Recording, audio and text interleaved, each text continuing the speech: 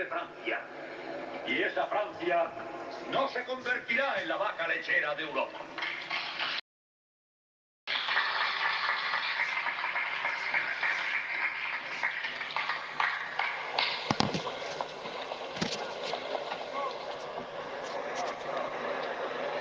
Y pensar que lo propusieron para la comisión de censura. Menos mal que lo catearon. ¿Quiénes?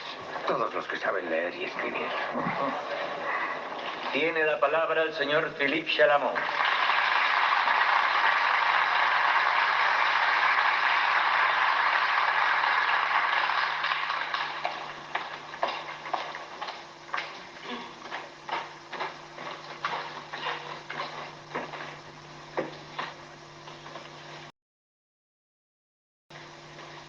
Señores, me parece que hemos llegado al núcleo del auténtico debate sobre un problema que sabemos que preocupa al gobierno desde hace meses y más concretamente al presidente del Consejo desde hace años.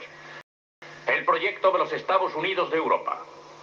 Me veo obligado a plantear graves reservas. ¡Ya las conocemos! Me apresuro a añadir que el problema que se plantea no es tan simple como algunos parecen pensar. Antes de formular estas reservas, permítanme felicitar al gobierno por sus éxitos de los últimos meses, tanto en el aspecto económico como en el social. Por otra parte, y sea cual sea la oposición que me veré obligado a exponer en relación al proyecto de Federación Europea, y más concretamente respecto al tema de la unión aduanera, deseo que no sean puestos en tela de juicio los elevados sentimientos que animan al presidente del Consejo.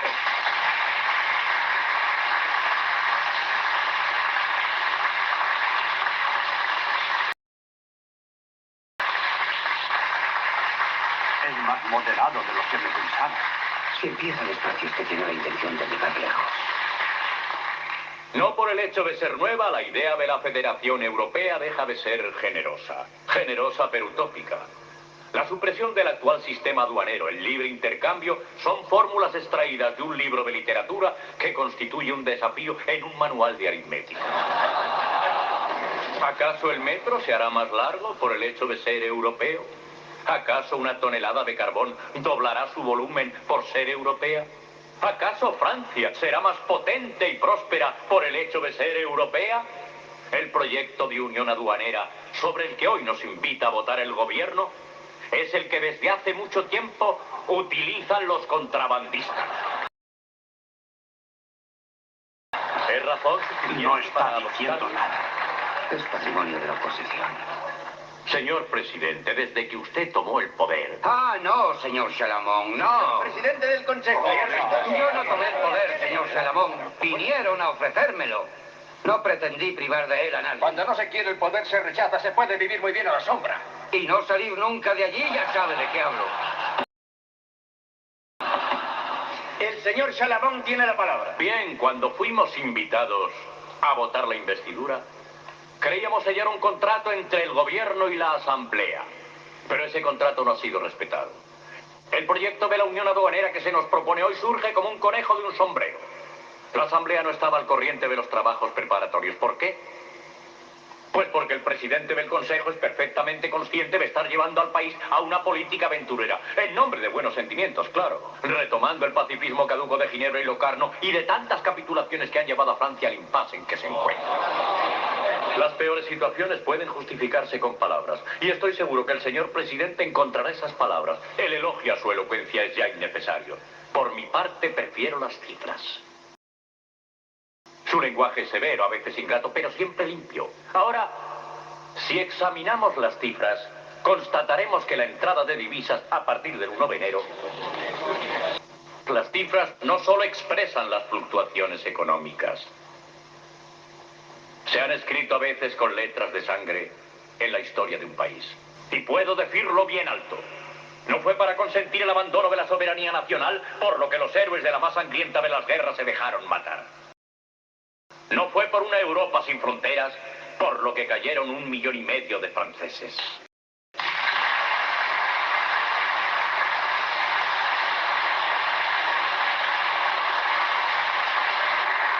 Pero no se interpreten mal mis intenciones. Estoy convencido que la caída del gobierno hundiría al país en una nueva crisis de la que el régimen saldría debilitado. Deseo con todas mis fuerzas que el presidente Beaufort tenga bien proseguir su labor de reconstrucción nacional. Y es con ese espíritu por lo que le suplico, señor presidente del Consejo, que retire su proyecto, permitiéndonos concederle nuestra confianza una vez más.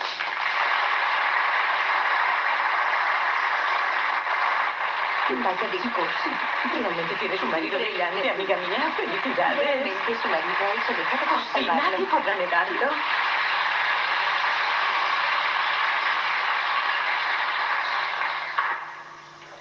Tiene la palabra el presidente del Consejo. Señores, el señor Chalamón acaba de evocar en unas frases muy emotivas a las víctimas de la guerra. Me adhiero de una forma más que gustosa a ese homenaje que va destinado a aquellos que fueron mis mejores compañeros. En el momento de la batalla de Verdún, el señor Chalamón tenía 10 años, lo que en consecuencia le da derecho a hablar de ello.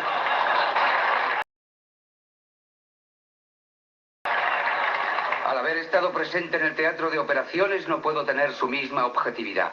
Se aprecia mal el conjunto cuando se ve desde muy cerca. El señor Chalamón habla de 1,5 millones de muertos. Personalmente no podría citar más que a un puñado. Los caídos cerca de mí.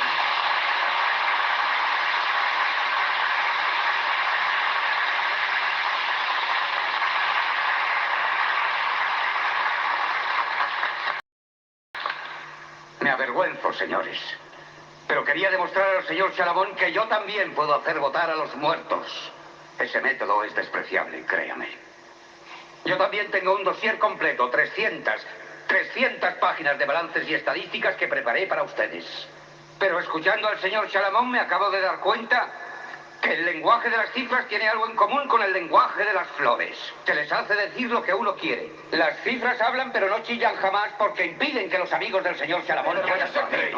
Permítanme, señores, que opte por el lenguaje de los hombres, lo entiendo mejor.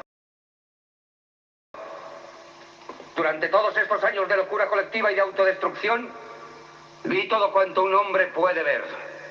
La población echada a los caminos, niños enviados a la guerra, vencedores y vencidos reconciliados por fin en los cementerios que su importancia ha elevado al rango de curiosidad turística. Al llegar la paz visité las minas. Vi a la policía cargar contra los huelguistas y también contra los parados. Vi la riqueza de algunas zonas frente a la increíble pobreza de algunas otras. Pues bien, durante todos estos años jamás he dejado de pensar en Europa. El señor Chalamón ha pasado parte de su vida en un banco, pensando en Europa también, pero no estamos hablando de la misma Europa. Primero pensamos en Francia. Usted no tiene el monopolio de Europa. Todo el mundo habla de Europa, pero es en la manera de hacer esa Europa en la que no nos ponemos de acuerdo. La oposición está en los principios fundamentales. ¿Por qué creen ustedes que se pide al gobierno que retire su proyecto de unión aduanera? ¿Porque constituye un ataque a la soberanía nacional? No, en absoluto. Porque tienen otro proyecto. ¡Es falso! Un proyecto que les presentará el próximo gobierno. Pido permiso para interrumpirle. Ah, no. Y de ese proyecto además puedo adelantar desde el principio. La constitución de trust horizontales y verticales y de grupos de presión que mantendrán bajo su control no solo a los productos de trabajo, sino a los trabajadores mismos. Ya no se les pedirá, señores, que respalden un ministerio, sino que apoyen un gigantesco consejo de administración.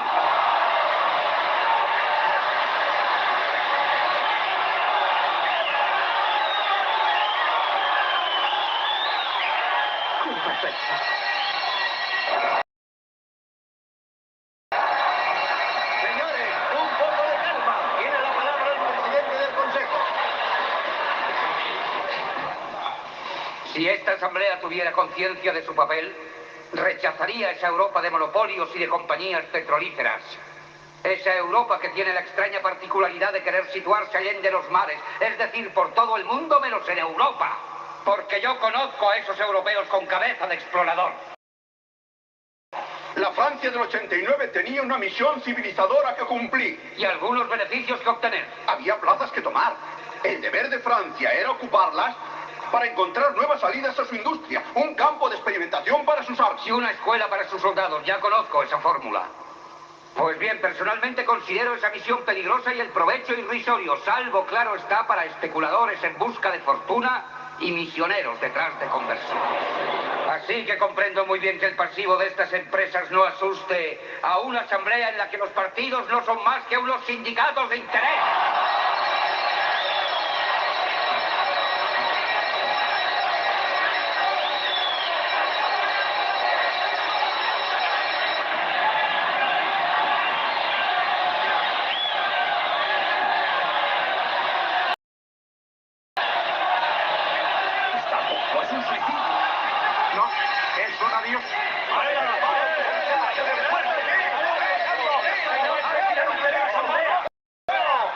Señor presidente de la Asamblea, solicito que las calumniosas insinuaciones que el presidente acaba de verter sobre los elegidos del pueblo no sean publicadas en el diario oficial. Me parece un tema delicado. Esperaba esta protesta, señor. Y no me sorprende que salga de usted, señor Gissier. Es usted el consejo jurídico de Aceros Krenner. No se lo reprocho. Muy generoso. Le reprocho solo que se presentó en una lista de izquierdas y que en la Asamblea sostiene proyectos de inspiración patronal. Hay patrones de izquierdas, por si no lo sabía. También hay peces voladores, pero no constituyen la mayoría del género.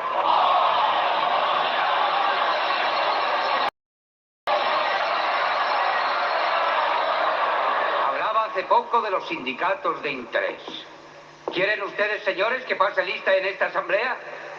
Podemos hacerlo incluso por orden alfabético. Gastón Albin, presidente director general del Òmnium Minero del Senegal, de las minas Barbón de la Costa de Marfil, de la Compañía Franco-Africana para la Electricidad y la Industria. Jean Adrián, apoderado de la banca Isar Legré, director administrador de las fundiciones y forjas de Picardie, fundador de la compañía de seguros La Liégeoise. Señor François Ambert, se contenta con presidir las refinerías de Gran, las cuales están unidas al Trust Vogel, que controla 25 submarcas y filiales diversas. Señor presidente, me llamo Aymar. A.I. No presido ningún trust ni presido ninguna sociedad. En efecto, el señor Aymar es abogado consejero de la Anglo-Francesa de Petróleos y no cobra dividendos, percibe honorarios. Señor presidente de la Asamblea, ¿estamos aquí para un repaso detallado? Señor Balimón, gracias. Su insignificancia lo tenía camuflado y yo tenía una pregunta que hacerle. ¿Cómo puede conciliar su función de diputado demócrata cristiano con su trabajo como abogado de una gran banca israelí? ¿Ve usted en ello algo infamante? Ninguna infamia. Simplemente una ligera contradicción en los términos. En fin, ya que usted no la percibe, estoy seguro que tampoco la percibirá por razones similares el señor Audran d'Hauteville, que defiende, y con talento además, la causa del desarme, y cuya familia fabrica desde hace generaciones armas automáticas de fama mundial.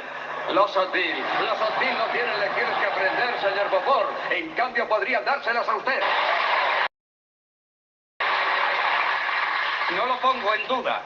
Viniendo de gentes que unen a su vocación de pacifistas el oficio de armeros, tendría un montón de cosas que aprender. Señor Alexandre Beauvais, presidente general de los fosfatos de Abdel Salim. El señor Beauvais es muy modesto. Hubiera podido presentarse en 5 departamentos, ya que dirige el más importante de nuestros periódicos de provincias. Señor Antoine Villemogler. Señor Antoine Villemogler, administrador de las Filatir Zeumann y vicepresidente de la Sociedad Francesa de las Sederías de Francia. Por último, el señor Ziegler, el último de la lista, y que haría el papel de pariente pobre si su mujer no poseyera el 33% de los bazares de Sao Paulo.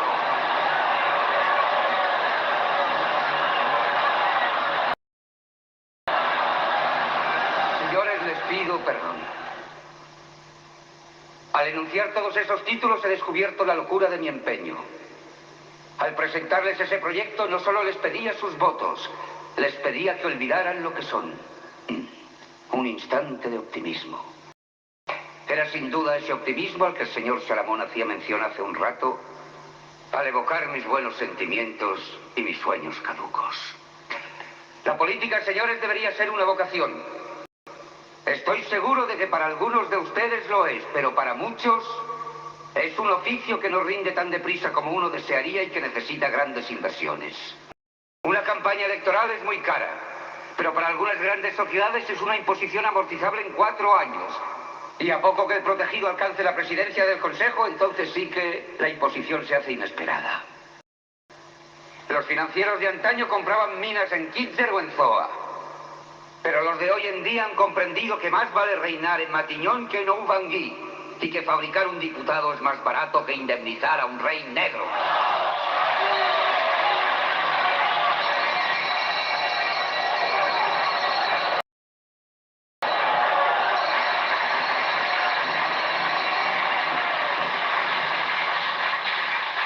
¿Lo ven, señores? Por fin nos hemos puesto de acuerdo en alguna cosa. Al menos partiré con la estima de mis adversarios. Y ahora permítanme concluir. Van a construir con los amigos del señor Salamón la Europa de las fortunas contra la del trabajo, la Europa de la industria pesada contra la de la paz. Pues bien, esa Europa la construirán sin mí, les dejo. El gobierno mantiene su proyecto, la mayoría le negará su confianza y el gobierno se retirará. Ya estaba preparado al entrar aquí. Añadiré algo solo para algunos de ustedes. Alégrense, disfruten de su victoria, porque no volverán a oír jamás mi voz. Y nunca más tendrán que ir tras de mí hasta el día de mis funerales. Funerales nacionales que entonces votarán por unanimidad y que les agradezco por adelantado.